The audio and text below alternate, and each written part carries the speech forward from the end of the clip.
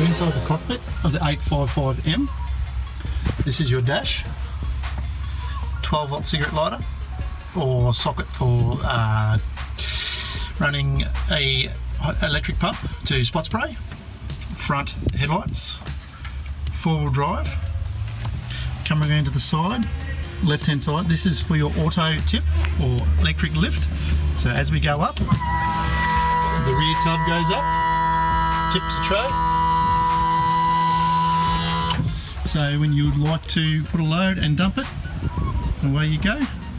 Dump the load, pile of grass or pile of wood, couple of bales of hay. Okay, this also gives you access to check the oil and transmission levels.